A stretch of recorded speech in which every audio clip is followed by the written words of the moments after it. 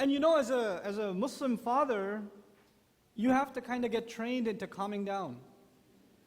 We don't have that training. We actually have quite the opposite training. Interestingly enough, the words that come out of Yusuf alayhi salam's mouth, they begin with Ya Abati. So he's about to tell his dad the dream, and he uses the words Ya Abati. Now in Arabic, if you say Ya Abi, it's a sign of you're addressing your father.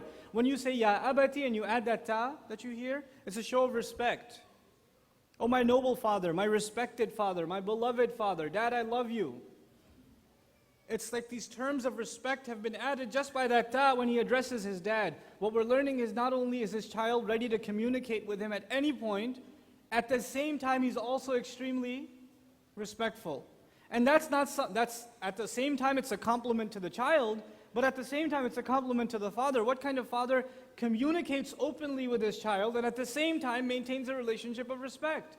Because when you get very frank with kids, what happens? They run all over you. They'll run all over you and they become too casual. And then you have to become strict because you say, I should be strict because that way they'll show me respect. If you come from where I come from, Pakistan, there's one way to get respect. If you're a father, be as harsh and as mean, as nasty as you possibly can be, and that is the way you get respect. You never hear your name said nicely. If your name is Abdullah, you never hear dad say, Abdullah, could you come here? Abdullah! And you better show up looking all scared. You can't smile. If you're smiling at your dad, you're like, what? What is this? What are you looking at? Being angry, whether you're, and by the way, this isn't just for Pakistanis, even though we're awesome at it, right? It's parents, although Muslim parents are generally very harsh. And they think that's what you're supposed to be. You're supposed to be disciplinaries, especially the father should be tough. So when he walks into the house, there should be absolute silence. Everybody should drop what they're doing. Dad's here.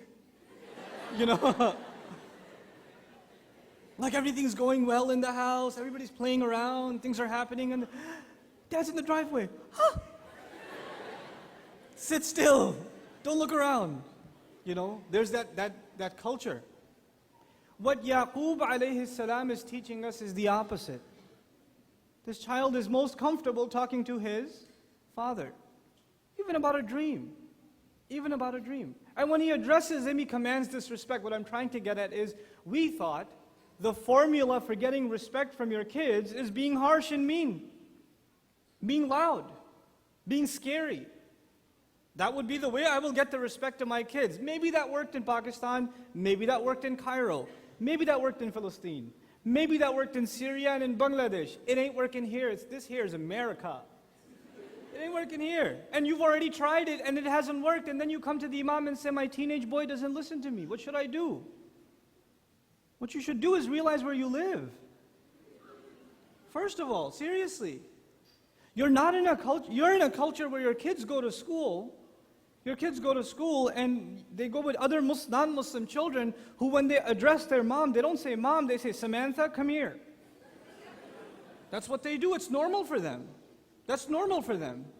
And your kids go to school with other children who, when they're talking about their father, say, my dad, man, he's so weird. That's the nicest thing they'll say, by the way. That's not the bad stuff yet. And kids talk about their parents just like they're talking about some idiot.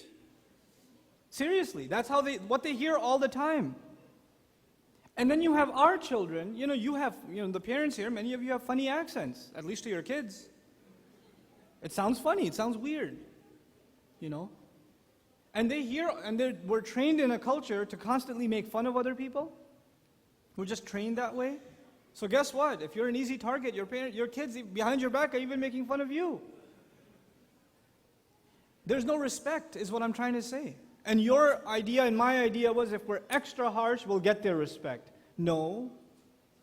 If you're open, if you're a genuine friend to your children, if you're a source of nurturing and protection for them, you will have their respect like nothing else will gain it.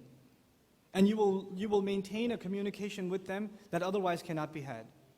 Subhanallah walhamdulillah wa la ilaha illallah. Subhanallah walhamdulillah wa la ilaha